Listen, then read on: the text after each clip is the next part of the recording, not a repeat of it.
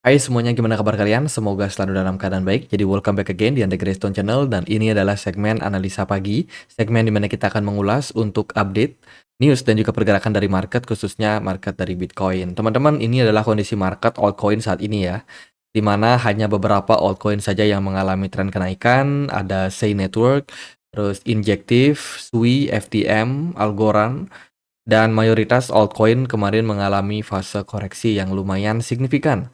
Jadi kalau kita lihat dari kondisi saat ini memang dipengaruhi banget sama FOMC meeting dini hari tadi jam 2 pagi. Itu ada FOMC meeting di mana Jerome Powell membicarakan tentang peluang cut rate ke depannya. Fed official see interest rate cuts ahead. Jadi bisa dibilang ya peluang untuk The Fed memangkas suku bunga untuk pertemuan FOMC di bulan Desember nanti memang masih ada. Dia masih punya target 2% inflasi. Dan kalau kita perhatikan dengan kondisi saat ini, bener-bener ada mix nih, di mana kemarin data CPI dan juga PPI menunjukkan inflasi mengalami kenaikan. Ya, kemudian juga dari beberapa data seperti data pengangguran, pembukaan lapangan ketenaga kerjaan ini dilihat masih cukup oke. Jadi sebenarnya The Fed ini masih menimbang-nimbang kira-kira ideal nggak sih untuk pangkas suku bunga sekali lagi untuk bulan Desember nanti, atau dia melihat oke, kita tidak melihat penurunan inflasi lagi jadi kita pertahankan suku bunganya. Jadi kalau kita lihat dari probability, sebenarnya The Fed masih berpeluang lebih besar untuk memotong suku bunganya di pertemuan FOMC 19 Desember nanti. Ya, probability-nya adalah kemungkinan untuk dipangkas suku bunga 25 basis point adalah 61,7% sementara ini. Jadi masih lebih besar peluang untuk cut rate. Nah, tapi realitanya nanti seperti apa kita akan tunggu pada pertemuan FOMC tanggal 19 Desember nanti. Kalau The Fed cut rate bisa jadi sebuah sentimen bagus untuk pasar. Gitu. Jadi berita terbaru memang menunjukkan bahwa The Fed tidak terlalu hawkish ya dengan kondisi makroekonomi untuk saat ini. Kemudian hari ini kita juga akan dapat beberapa sentimen data penting lain. Ada data PCE and Core PCE prices. Data yang sangat penting untuk menunjukkan seperti apa kondisi inflasi dari Amerika Serikat ke depannya. Data ini akan kita dapetin jam 8:30 malam nanti.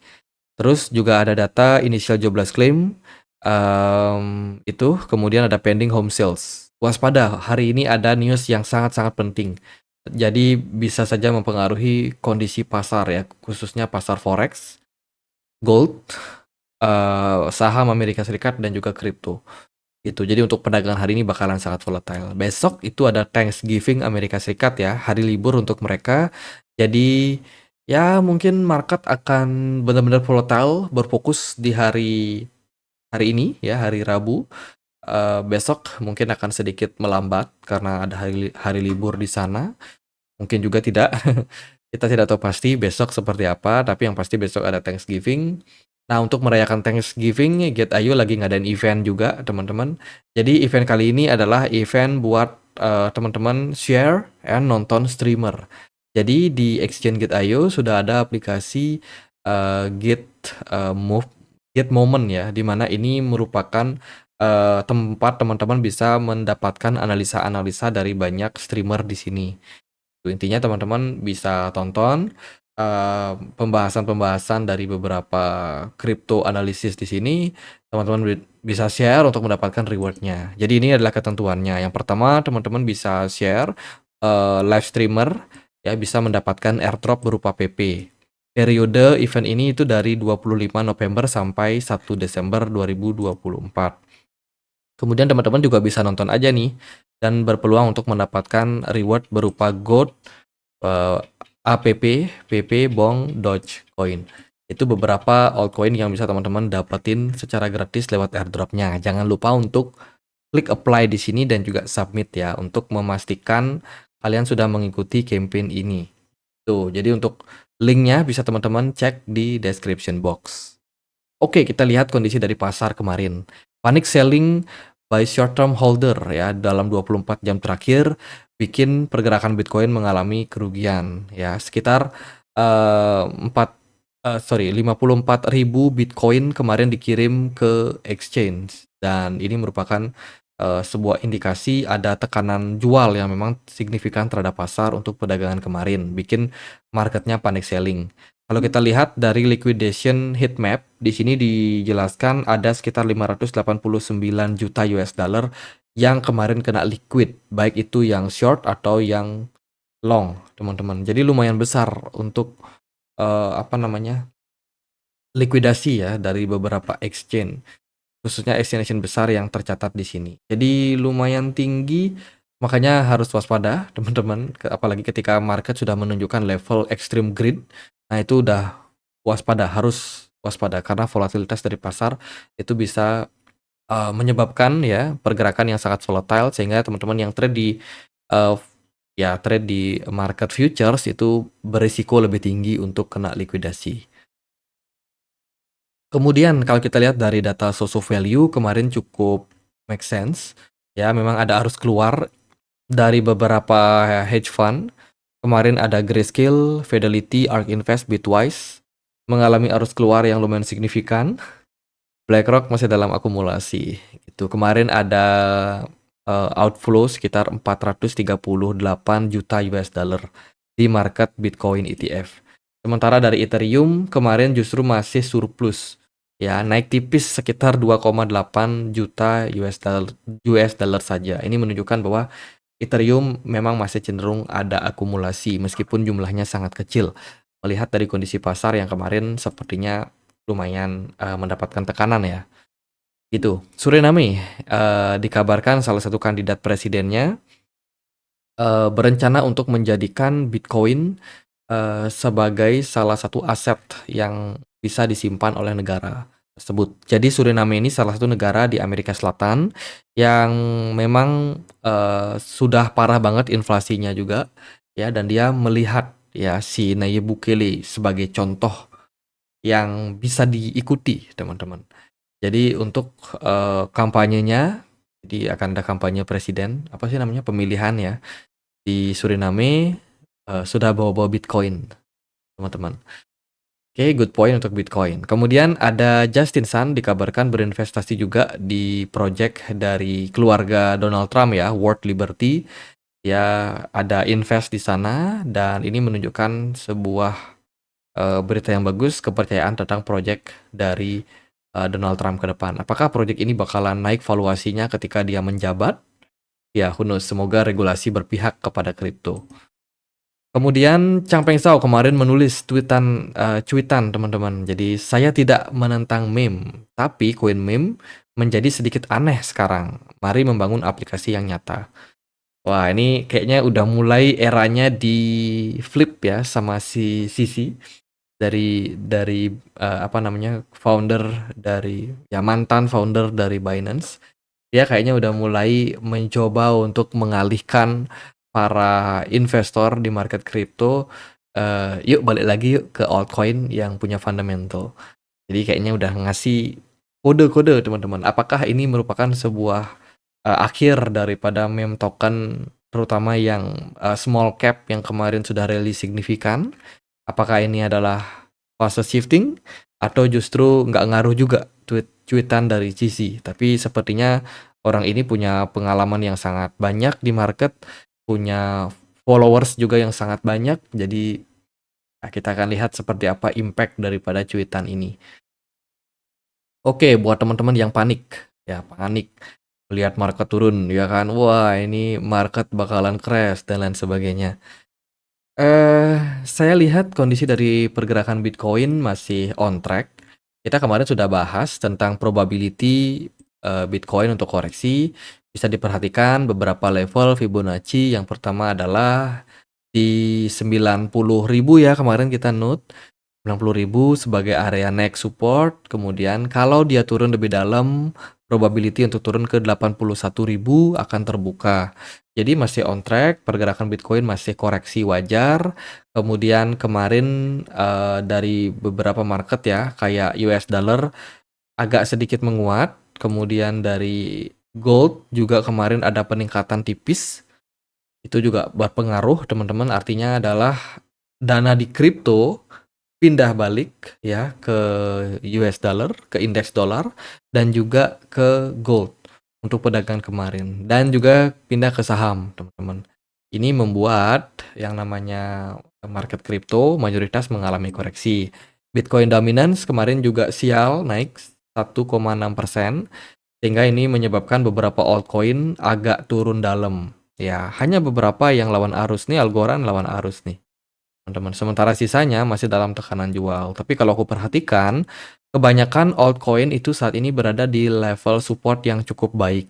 Let's say kalau teman-teman memang melirik altcoin untuk akumulasi, contohnya kayak Manta, dia testing support ya, terus Koti juga testing support, Ondo Finance, hati-hati sih Ondo.